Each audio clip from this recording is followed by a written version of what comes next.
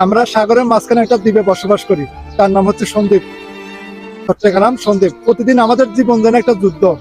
যাতায়াতের জন্য সাগরে পানিতে নামতে হয়, পার হতে হয় এভাবে। আর কতদিন? শুধু কষ্ট না ভাই, এটা আমাদের প্রতি অবহেলা। আমাদের শিশু, আমাদের বৃদ্ধ, আমাদের মা, গর্ভবতী একজন মায়ের অসুস্থ, এইভাবে ঝুঁকিতে জীবন চলবে না ভাই। এভাবে আমরা প্রতিদিন পার হতে হয়। আমরা কি দেশের নাগরিক না, বাংলাদেশের নাগরিক না? আমাদের কি কোনো নিরাপদ নাই? আমাদের কি যাতায়াতের কোনো অধিকার নাই? আর আমার একটাই প্রশ্ন, আর কত এই যুগ এভাবে চলবে? আমাদের উন্নয়ন কবে হবে? বাংলাদেশে 12% রেমিটেন্স আমাদের সন্দ্বীপের মানুষ দেয়। কেন আমাদের জীবনে এত অবহেলিত? আমরা উন্নয়ন চাই, নিরাপদ যাতায়াত চাই, নিরাপদ একটা সেতু চাই। আমরা মানুষের মতো বাঁচার জন্য অধিকার চাই। আজ আমাদের কোনটা একটাই, আর নয় অবহেলা। এবার সহায় সমাধান। নতুন সরকারের কাছে আমার একটাই ওকুল আবেদন, সন্দ্বীপে 4 লাখ মানুষের বসবাস।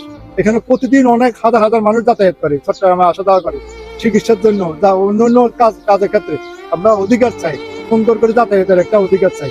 12% রেমিটেন্স আমাদের বাংলাদেশ প্রবাসীরা আপনাদেরকে দেয়, বাংলাদেশে 12% বেশি পাই, তারপর আমাদের অধিকার কেন দিচ্ছেন না? এটা আমার ওকুল আবেদন।